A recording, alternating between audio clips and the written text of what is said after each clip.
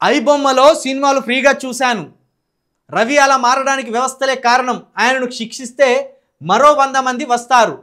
Cinema మాఫియాను ఉరితీయాలి. CPI Narayana సంచలన వ్యాఖ్యలు. ఒక హిడ్మాను చంపితే 1000 మంది హిడ్మాలు పుడతారు. నారాయణ. ఐబొమ్మలో సినిమాలు ఫ్రీగా చూశాను. చూడవలసిందే, తప్పేముంది అలా. ఐబొమ్మ రవి ప్రస్తుతం చెంచలగూడ జైల్లో ఉన్నాడు. ఈ ఐబొమ్మ మీద నేను ఇప్పటి వరకు కూడా స్పందించలేదు.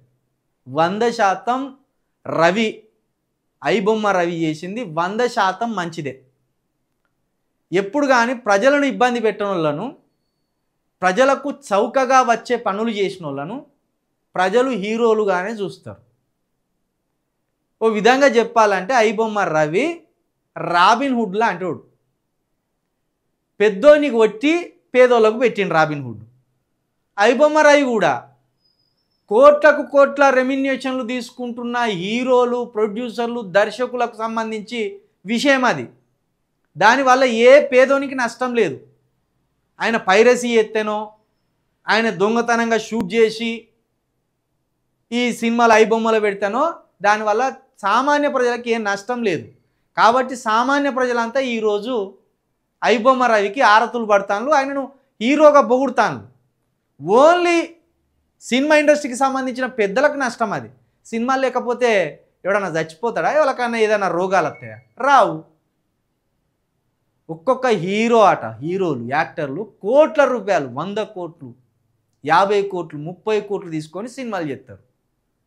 వాటిని మళ్ళీ ప్రజల దగ్గర నుంచి పీడించడానికి ఒక టికెట్ 500 రూపాయలు. పవన్ కళ్యాణ్ ఓజీ 800 రూపాయలు అట. కాబట్టి ఆ 800 పెట్టి ఎందుకు చూడాలి ప్రజలు? కాబట్టి వాళ్ళకి ఏది అగ్బా దొరుకుతుందో దాంట్లో చూస్తారు. గట్లా చూసింది ఐబొమ్మ. నువ్వు పెట్టు 100 రూపాయలు పెట్టు టికెట్. 100 రూపాయలు టికెట్ పెడితే 100% 100 రూపాయల టికెట్కి వచ్చి చూస్తారు.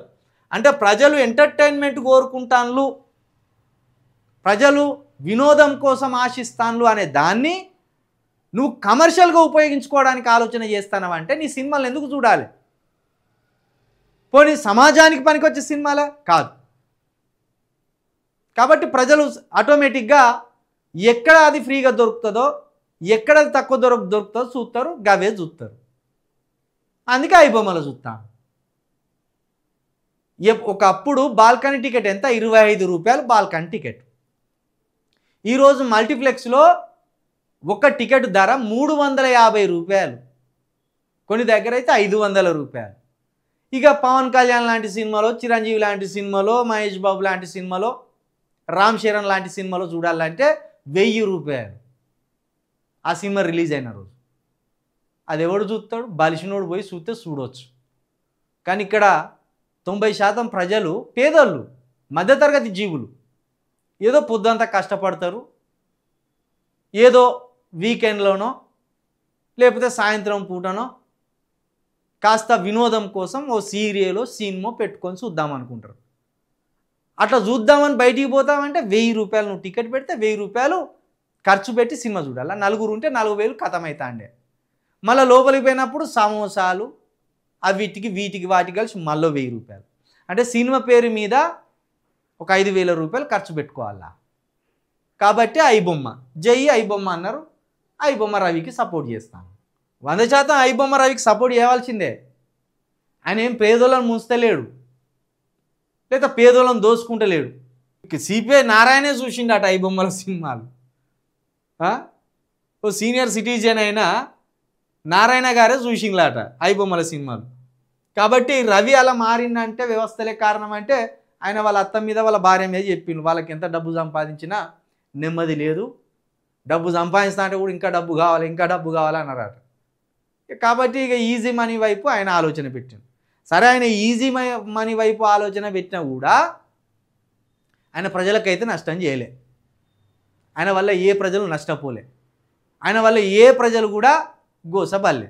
ఇంకోటి అంటాను, కొందరు సజ్జనర్ గారు ప్రెస్ మీట్ పెట్టినప్పుడు ఇటు చిరంజీవిని, నాగార్జును, దిల్ రాజును, వీళ్ళను కూర్చోబెట్టుకొని పెట్టి ఇబ్బందుల పాలైంది సజ్జనర్ గారు. ఆయన ఏమంటాడు? రవి దగ్గర 20 కోట్ల ప్రజల డాటా ఉన్నది అంటాడు. డాటా ఎవరి దగ్గర లేదు ప్రస్తుతం? ఫేస్బుక్ ఓన్ దగ్గర డాటా ఉంటుంది మనకి, వాట్సాప్ ఓన్ దగ్గర డాటా ఉంటుంది మనకి, యూట్యూబ్ వన్ దగ్గర డాటా ఉంటుంది, ట్విట్టర్ వన్ దగ్గర మన డాటా ఉంటుంది. యాప్స్ ఏ యాప్స్ వాడతామో ఆ యాప్స్ వాడేటోళ్ళు అందరి దగ్గర మన డాటా ఉంటుంది. ఒక ఐబొమ్మ రవి దగ్గరనే కాదు. మరి వీళ్ళందరి దగ్గర ఉన్న డాటా ఇప్పుడు ఆయన దగ్గర కూడా ఐబొమ్మ వాడేటోళ్ళ డాటా ఉంటుంది. దానివల్ల ఆయన ఎవరినన్నా బ్లాక్మెయిల్ చేసిండా? ఏ సాధారణ ప్రజలనన్నా ఐబొమ్మ రవి బ్లాక్మెయిల్ చేసిండా? ఎవరు చేయలే. ఓ డాటా పేరు చెప్పి ఐబొమ్మ రవిని ఒక క్రూరుడిగా, ఒక మొత్తం దుర్మార్గుడిగా, ఈ ఇంతకు మించిన దేశద్రోహి లేడన్నట్టు చిత్రీకరించే ప్రయత్నం చేస్తాను ఆయన. మన డాటా అందరి దగ్గర ఉన్నది. ఫేస్బుక్ క్రియేట్ చేసుకోవాలంటే నీ నెంబర్ అడగడా? నీ ఫోన్ నెంబర్ అడగడా? నీ ఫోన్ నెంబర్ ఆధార్కు లింక్ అయి ఉండదా? ఇన్స్టాగ్రామ్ డౌన్లోడ్ చేసుకొని నువ్వు ఇన్స్టాగ్రామ్లో కూడా నీ వీడియోలు అప్లోడ్ చేయాలంటే నీ డాటా అడగదా? నీ ఫోన్ నెంబర్ అడగదా? నీ పేరు అడగదా? అన్నీ కొడతాం, ఫోటో కొడతాం, మన ఫోన్ నెంబర్ కొడతాం, అన్నీ. ఫేస్బుక్ కానీ, ఇన్స్టాగ్రామ్ కానీ, ఎక్స్ ట్విట్టర్ నుండి ఎక్స్గా మారింది కానీ, జీమెయిల్ అకౌంట్ కానీ, ప్రతి దానికి మన డాటా ఇస్తాం. మరి ఆ డాటా వాళ్ళ దగ్గర ఉన్నప్పుడు ప్రమాదంగా అంది. ఒక సినిమా చూసేదానికి ఏదో ఫ్రీగా వస్తుందని సినిమా చూస్తే డాటా 20 కోట్ల మంది డాటా ఉన్నది ఐబొమ్మ రవి దగ్గర. ఆయన దుర్మార్గుడు. ఆ డాటా తీసుకొని ఇక అందరి ఇళ్ళల్లో చొరబడి దొంగతనాలు చేస్తాడు, లేకపోతే వాళ్ళని మొత్తం ఏదో డిజిటల్ అరెస్ట్ చేస్తాడు అన్నట్టు మాట్లాడతాను. ఇవన్నీ పనికిరాని మాటలు. ఐబొమ్మ రవి వాళ్ళకి బుద్ధి వచ్చేటట్టు చేసిండు, సినిమా ఇండస్ట్రీకి బుద్ధి వచ్చేటట్టు చేసిండు. సరే, ఇప్పుడు ఐబొమ్మ రవి అరెస్ట్ అయిపోయింది. మరి ఇక సినిమాలు వస్తలేవా కొత్త? ఎందుకు వస్తున్నాయి? మూవీ రూల్స్లు వస్తున్నాయి కదా, ఇంకో దాంట్లో వస్తాయి కదా, అది ఆగిపోవు. మీరు సినిమా రేట్లు తగ్గించేదాకా ఇటువంటివి వస్తూనే ఉంటాయి. సరే, మీరు సినిమా రేట్లు తగ్గించిన 100 రూపాయల టికెట్ ఉన్నప్పుడు కూడా పైరసీ జరిగింది. అప్పుడు సీడీ క్యాసెట్లు ఉండే, ఆ సీడీ క్యాసెట్ల రూపంలో కూడా పైరసీ జరిగింది. దాని మూలం ఎక్కడో తెలుసుకోండి. కానీ ఐబొమ్మ రవిని ఒక్కనే క్రూరుడిగా, దేశద్రోహిగా చిత్రీకరించకండి. ఇప్పుడు ఐబొమ్మలో సినిమాలు ఫ్రీగా చూశానని చెప్తాను. మరి నారాయణ గారు ఆయన సి కళ్యాణ్ ఉండే, ఇతరులకు బినామీగా ఉండి సినిమాలు తీసిన ఆయన కూడా రవిని ఎన్కౌంటర్ చేయాలంట. ముందు మీ అసలు బినాములను ఎన్కౌంటర్ చేయాలి. ఎన్ని కేసులలో ఉన్నారు మీరు తెలియదా? కాంగ్రెస్ ప్రభుత్వం అధికారంలో ఉన్నప్పుడు 2004, 2005 నుంచి 2009 వరకు సి కళ్యాణ్ అంటేనే ఏమేం చేసిండు అనేది అప్పుడు ఆయన మీద కొన్ని కేసులు కూడా పడ్డాయి. ఆయన వాళ్ళ బినామీ, వీళ్ళ బినామీ అని మాట్లాడింది. ఎన్కౌంటర్ చేయాలట రవిని, ఎన్కౌంటర్. మీరు చేసిన దుర్మార్గాల కింద ఆయన ఏం దుర్మార్గం చేయలే.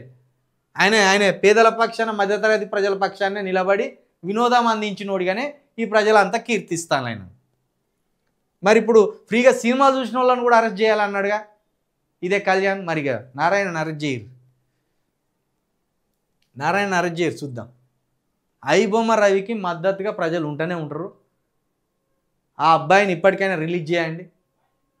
ఆయనకు షూరిటీలు లేవాట. ఇవాళ ఆ షూరిటీలు ఇస్తామని కూడా చాలామంది వేల సంఖ్యల, వందల సంఖ్యల, కోట్ల సంఖ్యల ఆయన కోసం మద్దతుగా ఉన్నారు.